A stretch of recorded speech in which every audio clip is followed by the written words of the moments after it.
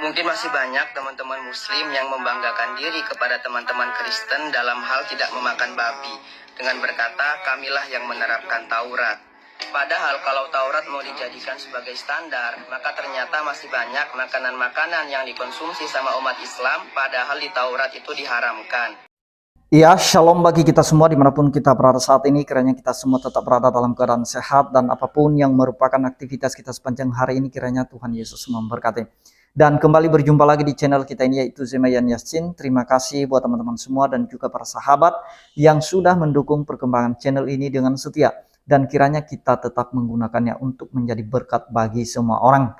Nah teman-teman, pada video kali ini saya membagikan kepada kita semua tanggapan dari seorang pemuda, seorang remaja yang dimana pemahamannya ini cukup luar biasa dan cukup toleransi teman-teman, dimana dia menanggapi saudara-saudara kita yang muslim, khususnya para polemikus yang selalu membanggakan dirinya kepada orang Kristen dengan mengatakan bahwa kamilah yang sudah melakukan hukum Taurat, kami sudah menaati hukum Taurat dengan tidak memakan makanan yang haram. Nah teman-teman, mari kita dengarkan tanggapan dari seorang pemuda muslim ini. Videonya yang berikut ini. Mungkin masih banyak teman-teman muslim yang membanggakan diri kepada teman-teman Kristen dalam hal tidak memakan babi dengan berkata, kamilah yang menerapkan Taurat. Padahal kalau Taurat mau dijadikan sebagai standar, maka ternyata masih banyak makanan-makanan yang dikonsumsi sama umat Islam, padahal di Taurat itu diharamkan. Secara total keseluruhan hukum Taurat ada 613 dan belum tentu di selain keharaman makan babi, umat Islam juga menerapkannya. Berarti klaim tersebut gugur. Lalu apakah membuat kita tidak berkenan di hadapan Tuhan? Tentunya tidak. Sebab masing-masing dari kedua agama ini itu memiliki penerus dari hukum lama.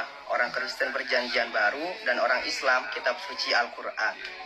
Di era Perjanjian Baru, Yesus Al-Masih menjelaskan bahwa segala yang masuk dari luar itu tidak menajiskan, tapi yang keluar dari dalam itulah yang menajiskan.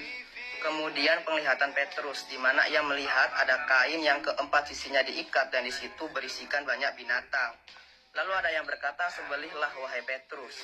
Maka Petrus menolaknya karena dia tidak pernah memakan sesuatu yang tidak tahir. Maka suara tersebut menyahut, apa yang telah dinyatakan halal oleh Allah, kamu tidak boleh mengharamkannya. Nah, begitu juga dalam agama Islam, di mana Tuhan menjelaskan bahwa di era Al-Quran ini, ia telah melepas belenggu-belenggu terhadap Bani Israel, sehingga sudah tidak banyak lagi makanan yang ia haramkan. Dan seharusnya kita selaku umat Islam itu harus berbangga diri kalau bisa menerapkan syariat Al-Quran, bukan malah Taurat. Sebab Siti Aisyah menjelaskan bahwa akhlak Nabi Muhammad itu 100% mirip dengan Al-Quran. Lagian kita sebagai umat Islam tidak memakan babi itu karena mengikuti Al-Quran, bukan Taurat. Jadi masing-masing dalam kedua agama ini itu memiliki sikap teologis jika dihadapkan dengan hukum lama dan ternyata bertentangan. Dan itu tidak bisa dipaksakan satu sama lain, jadi kita saling menghargai aja. Ini babinya. Wow, babi kecap. Babi kecap ini resepnya dari sang penggugat. Ya, tadi kita sudah baca bismillah dan kita sudah baca Al-Fatihah, tinggal disantap.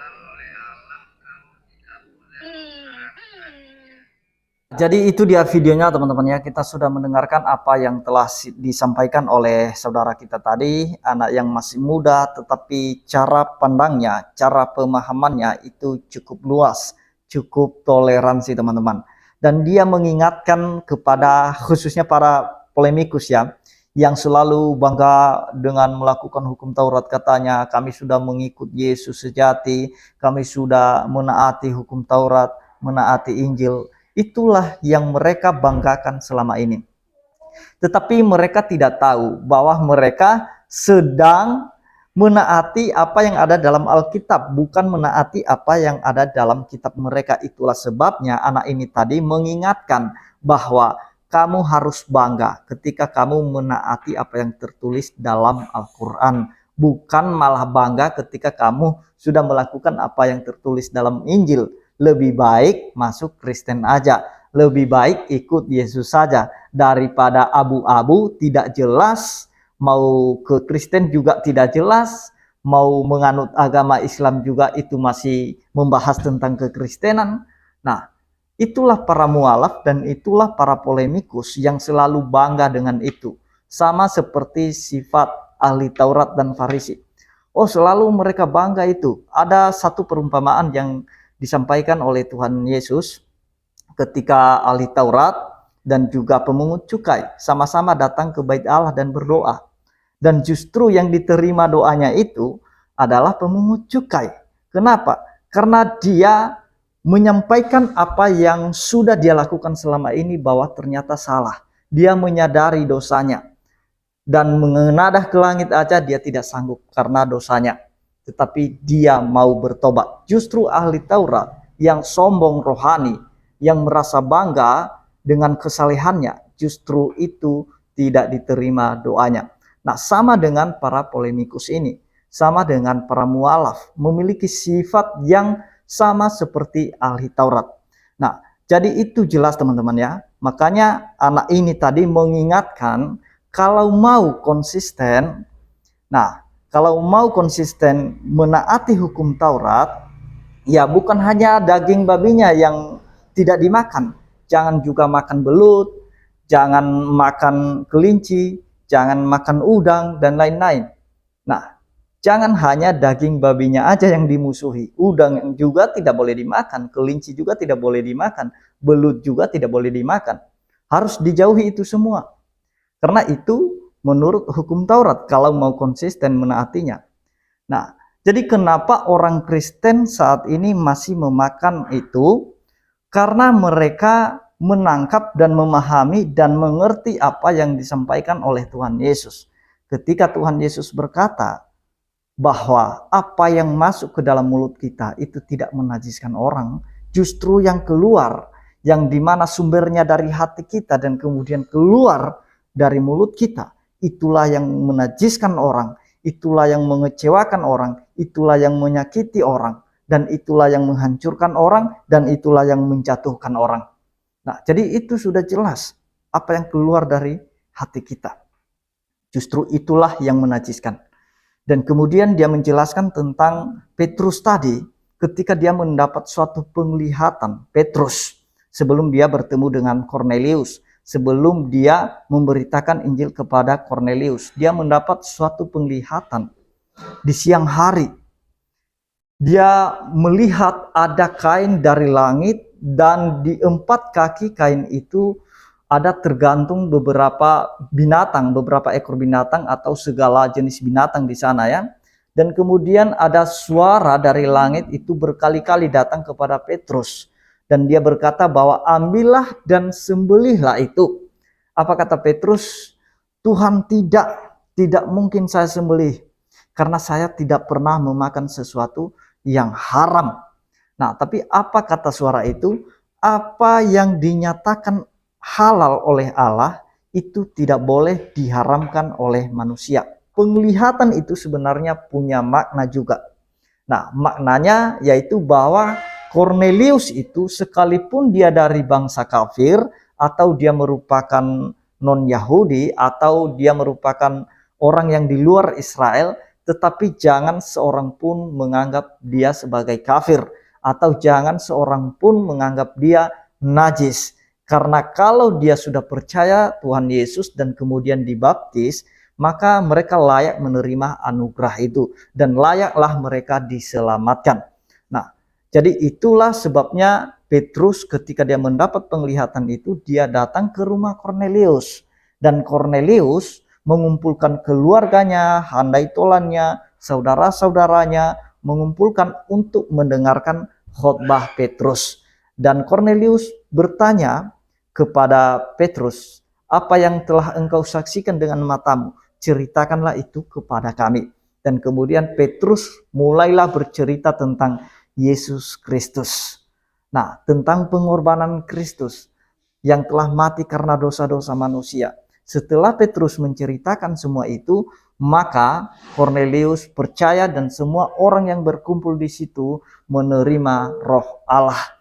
Dan setelah mereka menerima Roh Allah, mereka memberikan diri mereka dibaptis. Nah, jadi itu sudah jelas teman-teman ya, kenapa orang Kristen memakan makanan yang seperti daging babi misalnya, seperti udang, kelinci, dan belut. Nah, Karena apa yang disampaikan oleh Yesus itu sudah jelas, yang masuk dalam mulut itu tidak najis, tidak haram.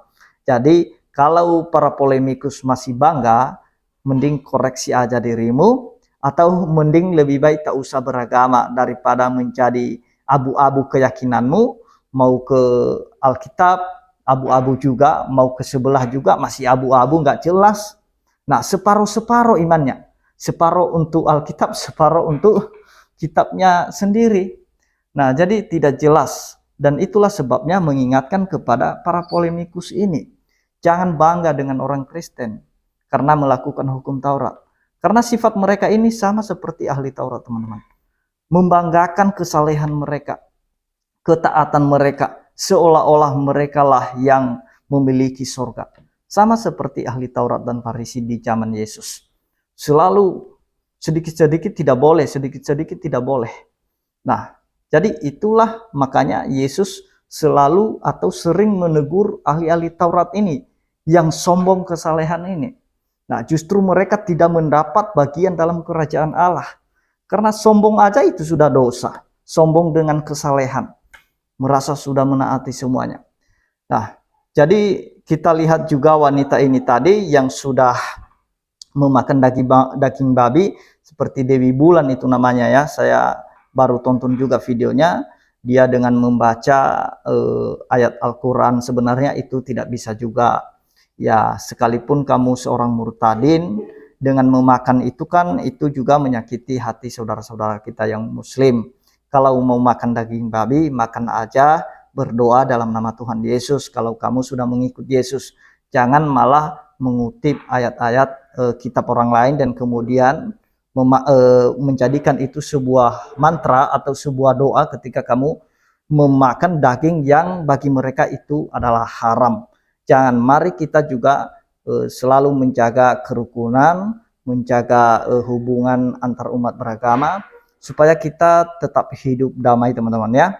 Jangan hanya karena masalah agama ini yang terus-menerus dari generasi ke generasi tidak pernah selesai. Percayalah bahwa masalah pandangan antar agama atau diskusi debat antar agama ini tidak akan pernah selesai sampai kiamat. Percaya. Karena masing-masing mempertahankan bahwa apa yang dia percayai adalah benar. Demikian juga mereka. Apa yang mereka percayai menurut mereka adalah benar.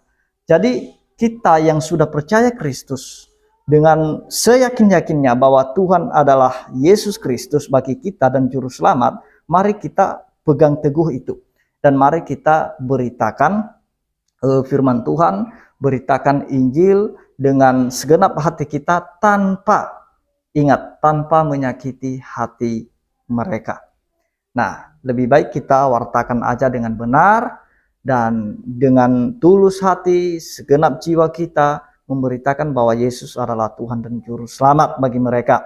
Nah, karena kalau kita memberitakan Injil dengan menyakiti hati mereka, bagaimana mungkin mereka bisa percaya apa yang kita yakini?